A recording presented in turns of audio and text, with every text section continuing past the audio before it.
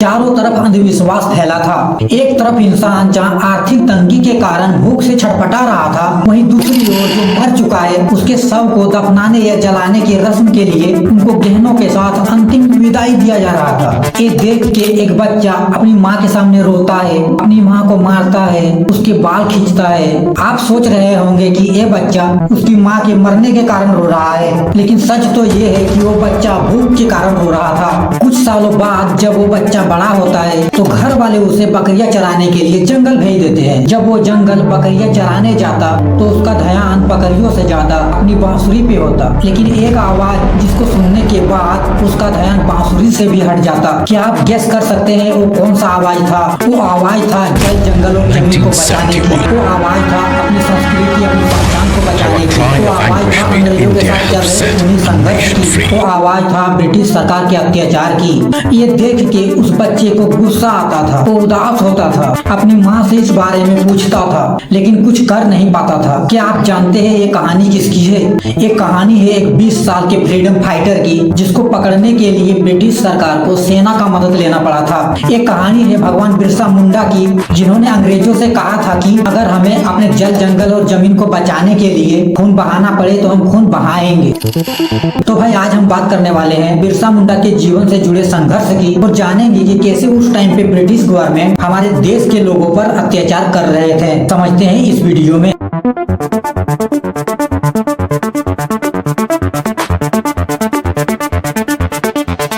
देखिए 15 नवंबर 1875 को खूंटी जिले के उलिहातू गांव में सुगना मुंडा और कर्मी मुंडा के यहाँ पे बिरसा मुंडा का जन्म होता है। बृहस्पतिवार को जन्म होने के कारण इनके माता पिता ने उनका नाम बिरसा रख दिया था और ये अपने 5 भाई बहनों में चौथे नंबर पे थे। 3 भाई और 2 बहनें थी। इनके संघर्ष के बारे में जानने के बाद आप भी सेड हो जाएंगे। आपको भी अजीब सा लगेगा क्योंकि इनका जन्म ही एक ऐसे परिवार में हुआ था जहाँ पे पहले से ही खाने पीने का प्रॉब्लम चल रहा था। पिता आर्थिक तंगी से जूझ रहे थे, रोजगार का कोई साधन था नहीं और ऊपर से जमींदार और साहूकार आदिवासियों की जमीन के पीछे पड़े थे। प्लस में अंग्रेज मनमाने तरीके से टैक्स वसूल रहे थे। इसके अलावा ईसाई मिशनरियां इनका धर्म परिवर्तन करवाना चाहते थे। उस टाइम पे छोटा नागपुर में रहने वाले लोग चारों तरफ से फंसे पड़े थे। हर कोई अंग्रेजों के अत्याचार और पैसे की तंगी से जूझ रहे थे। और 1 साल बाद जब बिरसा मुंडा के छोटे भाई का जन्म हुआ तो उसके बाद उलिहातू में काम करके उनके पिता को घर चलाने में और भी दिक्कत होने लगा। कमाने का कोई साधन था नहीं, ऐसे में फैमिली के 7 लोगों का पालन पोषण करना बहुत ही परेशानी भरा था। इसलिए बिरसा मुंडा के माता पिता काम की तलाश में उनके चाचा के साथ कुरुम्बड़ा जाने का प्लान करते हैं, क्योंकि बिरसा मुंडा के चाचा पहले से ही यहीं रहते थे और यहीं पे काम करते थे। और कुछ दिन बाद काम की तलाश में पूरी फैमिली उलिहातू छोड़ के कुरुम्बड़ा चल जाते हैं, लेकिन यहाँ पे भी कोई ढंग का काम नहीं मिलता है और यहाँ से फिर पूरा परिवार चंबा चल जाता है। लेकिन चंबा की हालत उस समय पहले से ही खराब था। यहाँ पे पहले से ही सूखा पड़ा था, इसलिए परिवार यहाँ भी अस्थायी तरीके से नहीं रुक पाता है। इसके बाद फिर से पूरा परिवार चंबा से चलकत पहुँचते हैं और यहीं से फैमिली के लाइफ में असली परेशानी शुरू होता है। देखिए चलकत में बिरसा मुंडा के बड़े भाई कानू मुंडा रहते थे, लेकिन ये उलिहातू में रहते हुए ही ईसाई बन चुके थे। देखिए कानू मुंडा किन परिस्थितियों में आके ईसाई बने हम ये समझ लेते हैं, तब आपको बिरसा मुंडा के ईसाई बनने की स्टोरी समझ में आएगा।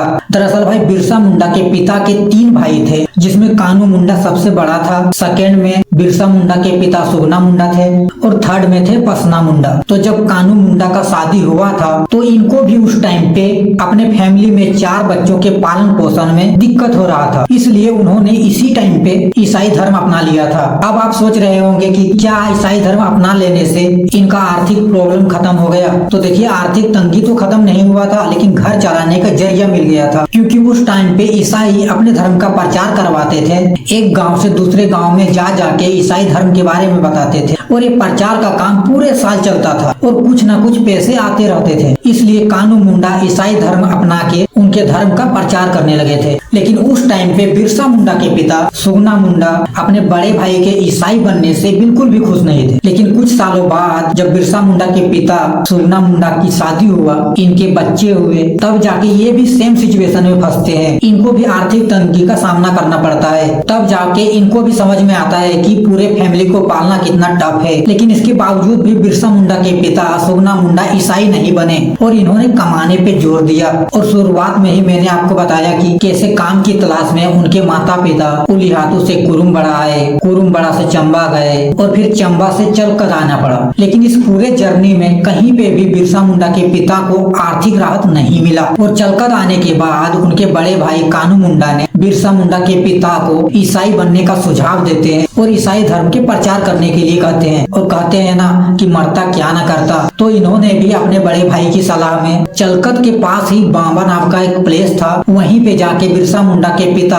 सुगना मुंडा और पसना मुंडा ईसाई धर्म को एक्सेप्ट कर लेते हैं। लेकिन बिरसा मुंडा की माँ को ईसाई धर्म में कोई इंटरेस्ट नहीं था। वो तो उस समय इस धर्म परिवर्तन के खिलाफ थी। उस समय बिरसा मुंडा की एज करीब 5 साल के आसपास था और उनके पिता के ईसाई धर्म में एक्सेप्ट करने के बाद बिरसा मुंडा ईसाई बन जाते हैं और बिरसा मुंडा का नाम दाऊद मुंडा रख दिया जाता है। और ऐसा कहा जाता है कि बिरसा मुंडा के पिता ने ईसाई बनने के बाद ईसाई धर्म का प्रचार भी किया था और कई लोगों का धर्म भी परिवर्तन करवाया था, जिससे बिरसा की माँ परेशान होके बिरसा मुंडा को अपने नाना नानी के यहाँ भेजने का फैसला करते हैं। क्योंकि बिरसा मुंडा की माँ बिल्कुल भी नहीं चाहती थी कि बिरसा मुंडा पर ईसाई धर्म का साया पड़े, क्योंकि उस समय ईसाई अपने धर्म का प्रचार के लिए, अपने धर्म में दूसरों को लाने के लिए दूसरे के धर्मों की कमियां और बुराइयां करता था। और घर की आर्थिक स्थिति भी उतना अच्छा नहीं था, जिसके कारण उनके माता पिता ने बिरसा मुंडा को उनके नाना नानी के यहाँ आयु भाटू भेज देते हैं। और आयु भाटू आने के बाद ही बिरसा मुंडा की स्कूलिंग शुरू होता है। आयु भाटू के सालका स्कूल में इनके मामा ने बिरसा मुंडा के एडमिशन करवा दिया था, जिसके बाद बिरसा मुंडा पढ़ाई के लिए स्कूल जाने लगे थे। यहाँ पे बिरसा मुंडा करीब 2 साल तक रहे थे और इन 2 सालों में बिरसा मुंडा ने पढ़ाई के साथ साथ कुश्ती लड़ने में और बांसुरी बजाने में बहुत इंटरेस्ट दिखाया।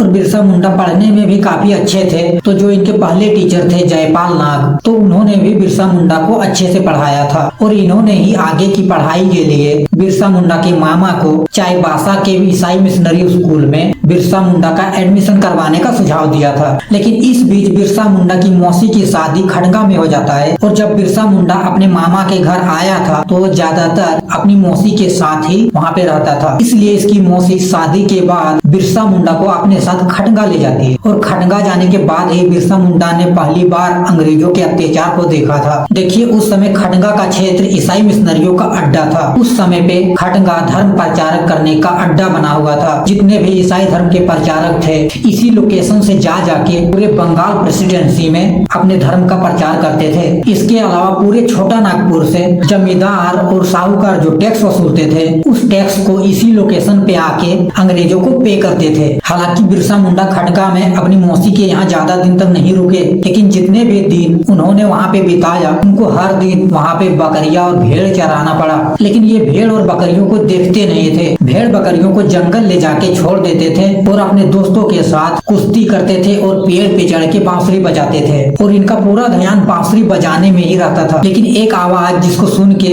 इनका ध्यान बांसुरी से भी हट जाता था। क्या आप जानते हैं वो आवाज क्या था? वो आवाज था जल जंगल और जमीन को बचाने की। वो आवाज था अपनी संस्कृति और अपने पहचान को बचाने की। वो आवाज था ब्रिटिश सरकार के अत्याचार की। वो आवाज था अंग्रेजों के साथ चल रहे खूनी संघर्ष की। दरअसल भाई उन दिनों झारखंड के कुछ हिस्सों में सरदारी आंदोलन चल रहा था और इसी आंदोलन को दबाने के लिए जब अंग्रेज आते थे तो ये लोग अंग्रेजों से बचने के लिए जंगल में आके छिप जाते थे और जो भागते वक्त पकड़े जाते थे उनको अंग्रेज पूरी तरह से पीटते थे। इसके अलावा जो पादरी ईसाई धर्म का प्रचार करते थे वो अक्सर मुंडा, सरदार, उरांव इनके धर्मों को हमेशा क्रिटिसाइज करते थे। और इस तरह की घटना बिरसा मुंडा को खड़गा आने के बाद पहली बार देखने को मिला था। हालांकि बिरसा मुंडा खड़गा में ज्यादा दिन नहीं रुके, क्योंकि एक दिन जब बिरसा मुंडा जब बकरी चराने के लिए जंगल गए थे तो वो बकरियों को जंगल में छोड़ के बांसुरी बजाने में बिजी थे। और इस बीच बिरसा मुंडा की बकरियों को कोई उठा कर ले जाता है और जब ये बात उनके मौसा मौसी को पता चलता है तो बिरसा मुंडा के मौसा बिरसा मुंडा को खूब पीटते हैं, जिसके बाद बिरसा मुंडा खड़गा से सीधा अपने माता पिता के पास चलकर आ जाते हैं।